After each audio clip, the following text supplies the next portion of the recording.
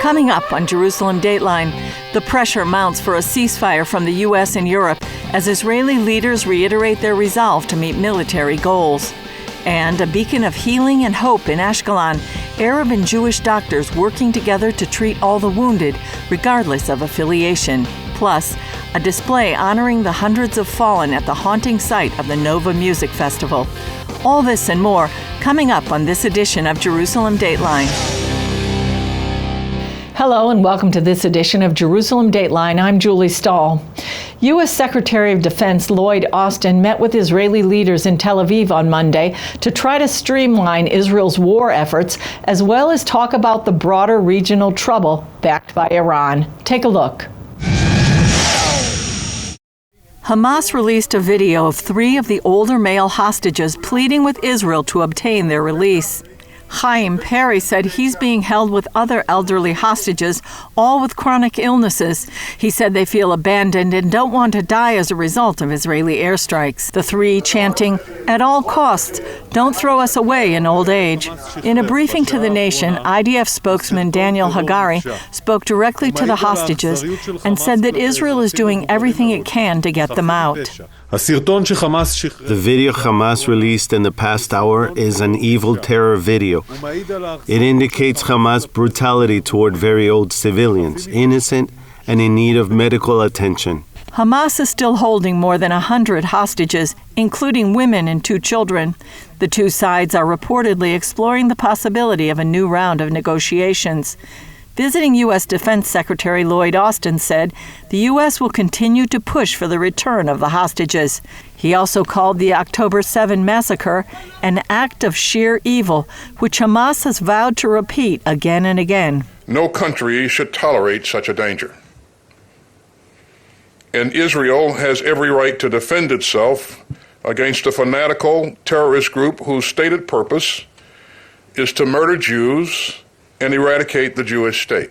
Israeli Defense Minister Yoav Gallant says Israel's war is for more than just itself. Our common enemies around the world are watching, and they know that Israel's victory is the victory of the free world led by the United States of America.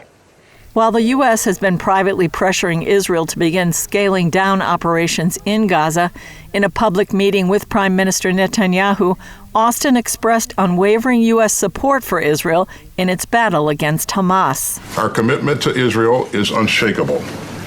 I know that Israel is a small, tight-knit country, and I know that all Israelis were touched by the vast evil committed by Hamas. This is Austin's second time here since the October 7 massacre. So I'm here to mourn with you for the innocent souls taken from you on October 7th.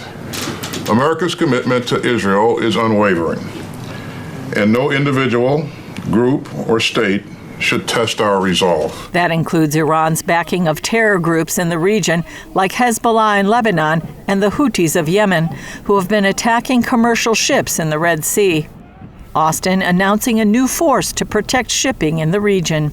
So in the Red Sea, we're leading a multinational maritime task force to uphold the bedrock principle of freedom of navigation. Israeli Prime Minister Benjamin Netanyahu thanked Austin for U.S. support and pointed the finger at Iran. This is a battle against the Iranian axis of terror, which is now threatening to close the maritime Strait of Bab el-Mandeb. This threatens the freedom of navigation of the entire world. In the U.S., the majority of Jewish people are considered politically liberal. But since the October attack against Israel, many of them feel betrayed by those they once considered ideological friends. CBN's chief political analyst David Brody has the story.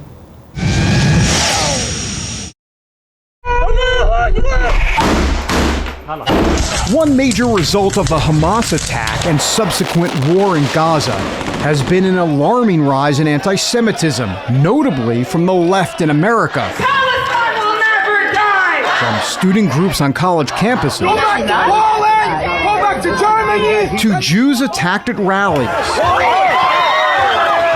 With groups like Democratic Socialists of America promoting pro-Hamas rallies, it's left progressive Jews wondering what's going on in their world. To be clear, you are not a feminist if you can't feel for the Israeli civilian women, children, and babies who were murdered.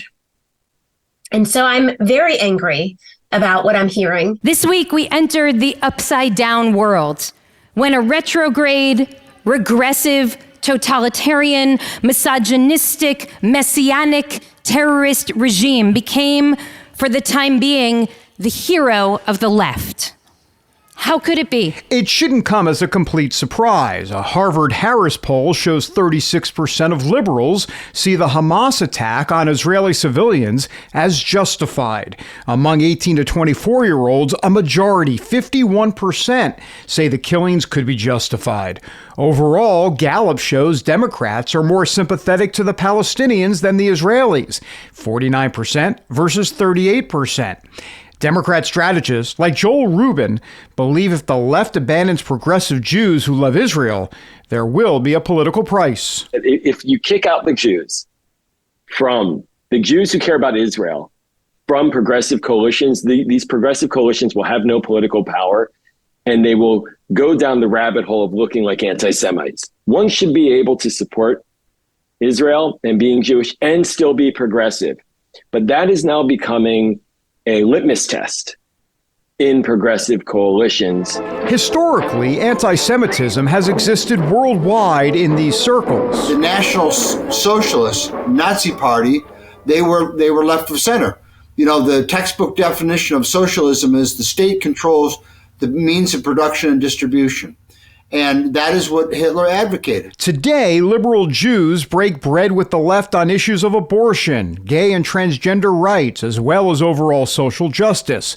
A split grows, however, between the left and Israeli-supporting Jews when it comes to defending Palestinians and terrorists. I am somewhat shocked that people would embrace Hamas, because there's nothing progressive about Hamas, right? This idea you have queers for Hamas or feminists for Hamas when they would kill these people or, force them not to drive or not to work if they're women is just bizarre. Caroline Glick, contributing editor for the Jewish News Syndicate, sees that leading liberal Jews to fight back. You're seeing a lot of Jews who major donors to universities, pulling their donations, quitting boards and other major institutions because they're suddenly realizing that they've been giving many millions of dollars to institutions that have become institutionally anti-Semitic. It's a growing dynamic that progressive Jews may find they have to push through the pain in order to confront.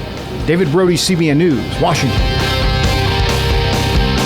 Coming up, a hospital on the front lines of tragedy rises as a symbol of hope and unity between Jews and Arabs. In the wake of October 7th, Barzeli Hospital in Ascalon has emerged as a beacon of hope and resilience. Our war correspondent, Chuck Holton, brings us an inside look at the hospital's critical role during this crisis. Strategically located near the Israeli-Gaza border, Barzeli Hospital has treated hundreds of wounded from both sides over the years. During the Hamas attacks, hospital personnel once again mobilized to handle an influx of casualties. And the conditions were more challenging than ever. And as soon as I arrived here, within about less than half an hour, started the flow of casualties, which was awful. We know what are casualties of bombing, but this time it wasn't much more. It was very high-velocity bullets of Kalashnikov, 7.62 millimeters from very near. So there were awful wounds, including all the body, face, chest, abdomen, pelvis, legs, blood vessels. And we didn't have enough time to go to imaging sometimes. Just from the trauma room, which is there, going, stabilizing the patient, and running to the operating theater. And it was flow that one after one came to the hospital. Adding insult to injury, when a Hamas rocket fell short and struck a hospital in Gaza, much of the media quickly blamed the IDF. Ironically, Hamas rockets have struck Barzeli twice, but that's received much less attention in the press. No one seemed to care that this hospital had been targeted, rocketed over and over and over again. The world went crazy. Politicians, the media, when the lie came out that Israel had hit a hospital in Gaza. And the result of that was that Jews around the world were beaten. There were pogroms around the world, that synagogues around the world were torched for this lie. And no one seems to care that this hospital, Barzeli, which is so important, really should be one of the great symbols of hope in the world. No one seems to care that it's rocketed over and over. This New York trauma surgeon volunteered to come to Israel after the attacks. It's been incredible. The environment here, the collaboration, you have people from all walks of life. I've had the privilege to work with people who are Muslim, Jewish, religious, non-affiliated, Druze, Bedouin, and we've been treating everyone. You're not going to hear about it a lot in the news because for the sake of anonymity, we don't publicize everyone we've been treating, but we've been treating everyone on all sides of the conflict. The Arab, Muslim, and Israeli medical staff that was on duty here on that fateful day, October 7th, had no idea what they were in for. But as the wounded kept rolling in, they knew something fundamental had changed. And in the days since, many of them have not gone home. They are sleeping here at the hospital. And they say that they're going to continue to stay here and treat not only the wounded civilians, but also the soldiers who are being wounded on this fight for Gaza. People don't realize that hundreds of Gazans come over every year from Gaza to be treated at the hospital. And before Hamas took over, it was thousands. That Arabs and Jews work together to save the lives of Arabs and Jews together in this hospital. Still coping with the stream of wounded, Barzeli is only one of many similar hospitals working diligently across Israel. I think my fellowship in the Bronx in New York was very good preparation for this. You see a lot of penetrating trauma every single day, and it really just mentally and physically prepares you for what I came to see here. And here, miracles are a daily occurrence. They're very much miracles what are seen here. It's literally like things are going out of their way to miss integral organs. People, the injuries I'm seeing here, had I seen them in the Bronx, would have been devastating, life-ending, debilitating injuries. Here, I don't know whether it's someone watching over them or whether it's just the strength of these people. Every single one of them, they come here, they're all injured. The first thing they do is ask when they can go back because it's really the strength that you're seeing here. And miracle of miracles, we're just seeing incredible feats of strength and just someone's watching over us from above. From Ascalon, I'm Chuck Holton for CBN News. Up next, coming to Israel as witnesses to history, two former prime ministers visit Kfar Aza and talk with IDF soldiers on the front lines. In a show of solidarity, former Prime Ministers Boris Johnson from Britain and Scott Morrison from Australia visited Israeli war sites.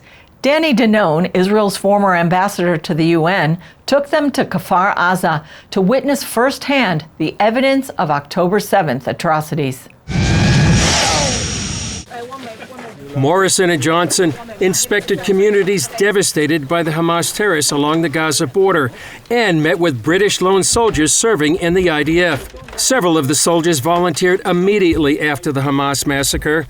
They told CBN News why they're fighting. This is our homeland. This is where we're from. This is where we live. As we saw back in World War II, what happened to the Jews during the Holocaust, it's something even worse. People should be reminded of the full tragedy and horror and sadism of what happened on October the 7th. Johnson told the soldiers why he's supporting Israel in the war with Hamas. There has been a dulling, a blurring of moral clarity around the world. This particular thing is black and white. It is right and wrong. It is good and evil. It cannot be in any way excused, defended, or condoned. And the people who did it have got to be prevented from doing it again. Around the world, pro-Palestinian marches are generating anti-Israel, anti-Semitic sentiment. We need to not look at these protests as something that should stop us from doing what we need to do. If I compare it to 9/11, let's say, Yeah, it's a good comparison. There wasn't a pro-Al-Qaeda march on the streets of Britain. No. After 9/11. I think in terms of looking at it from the Jewish standpoint of being abroad at the moment, it's a very scary time. Johnson spells out his moral understanding of the war. I think it is very important that people remember the crucial distinction between what you are trying to do to keep civilians out of harm's way and what Hamas terrorists have done, which is to try to maximize civilian suffering in the most brutal possible way. Reservist paratrooper Sam Sank just returned from the Gaza border. But I know from the instructions that I've been given as a frontline soldier that the IDF does everything possible using its technology and its strategy to make sure that the military targets are the ones that are hit rather than anything else. The state of the innocent Palestinian civilians is horrible, and I sympathize with them and think that they've been dealt a really bad card in life, but it's Hamas who are holding them hostage rather than the IDF. Israel is held to a double standard unlike any other country in the world, and if you really want to understand the conflict, Israel will be considered the most humane army in the world, but it is, and I see that firsthand. Hamas backed by Iran, who has the goal of eliminating Israel. These young men, they are engaged in a struggle for Israel's very existence. Lone soldier Shimi Levy believes in winning the war, and he also believes that biblical prophecy is being fulfilled. Torah eventually, we're talking about coming to the land and reuniting as a people, and slowly but surely we're bringing up the days of Messiah, in my personal opinion. He also says that many more in the IDF are turning to the God of Israel.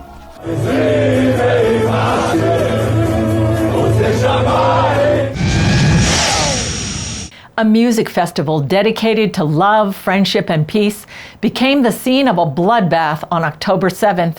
Today, the site is sacred ground for Israelis who come to remember the hundreds of young men and women massacred by Hamas. Chris Mitchell reports. Videos from that day at the Nova Music Festival show hundreds of young people running for their lives. Many seen being taken hostage, while others died at the hands of terrorists. Here on the grounds of the Nova Music Festival, they have pictures of all those who were murdered or kidnapped on October 7th. Hamas murdered 375 that day. That alone would have made it the second largest terror attack in history. Now this place has become a shrine of sorts where soldiers and civilians come to remember and reflect. It's tough. It's a tough feeling. I'm also a member of the tribe, the trance, the music, the festivals. I have a lot of friends that were here. I lost a relative. I just saw his picture. You're walking here and you feel all the atrocities. The site lies just a few miles from Gaza, where the sound of Israeli artillery fills the air. I feel horrible.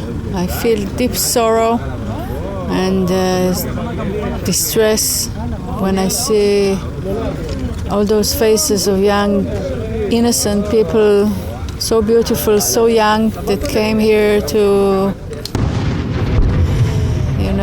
have party of peace and love, and were murdered brutally. A new exhibition opened in Tel Aviv to recreate the festival grounds attacked on October 7th and honor its victims. Some of the bodies were so badly burned during the attacks that there's little left to identify. For this soldier, it's a reminder of why he's fighting just miles away. As you can hear, it's still a war zone here, but this place was a massacre. It wasn't a military encampment, nothing of the sort. It was just a massacre. People were slaughtered here. And a lot of other things that I can't really say on camera, but it's horrible. We just went out for a little bit of to get some air. We came here to remind ourselves of what we're doing. Yep, that's why we're here. Hundreds of burnt cars littered the road next to the festival that day. This IDF officer fought just down the road while his son fled the music festival. He ran away from the party with two other girls of his, and they actually ran from here towards Kibbutz Patish or Mushav Patish. It was a journey of about 2.5 hours.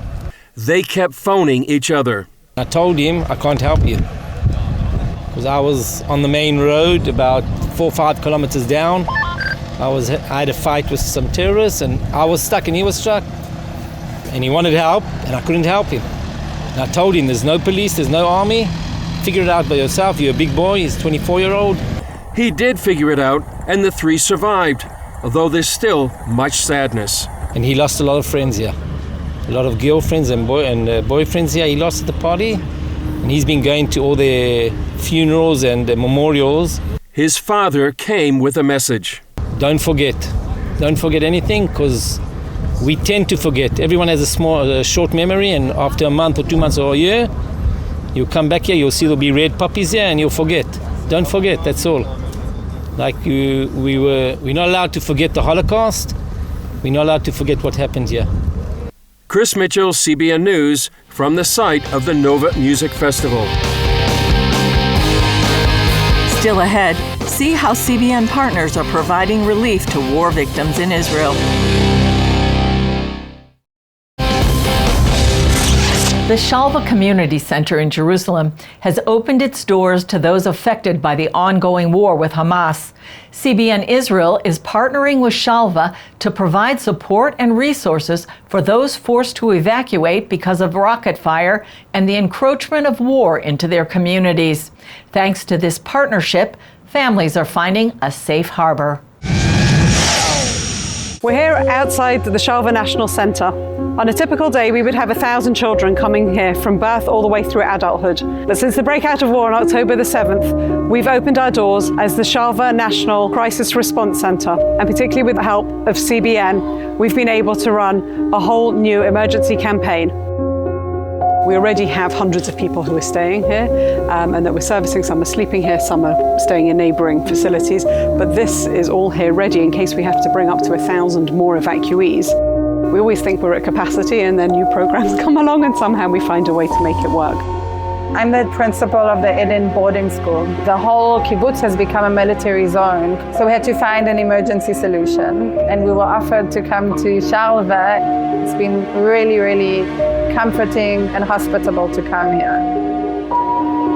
We were attacked on October 7th, and fortunately enough, we had Shalva right next door as our next door neighbors. Immediately opened their hearts, opened their doors, and let us in. Whatever we need, they're here for us as a community that's been displaced and evacuated. We know that our basic needs are met. I think that Shalva's role has been a game changer for these families. A whole network was set up. Over 100 children are coming to Shalva, enjoying the amazing resources here. We're there to do everything we can to facilitate their being here. And it was very traumatic for them, but it's amazing to see at this point how they have come back to life. Many of our families and our staff here at Shalva actually are dealing with situations where at least one family member who's actually serving on the front lines, we're not fighting this war on our own, has been really remarkable. And I know that the contribution from CBN and all of your supporters has made a significant difference. We're working very hard with our friends to help fund this, and the cost is astronomical. CBN has become significant partners in Shalva, and now at time of war, they've upped the ante and continue to help us in most meaningful and significant ways.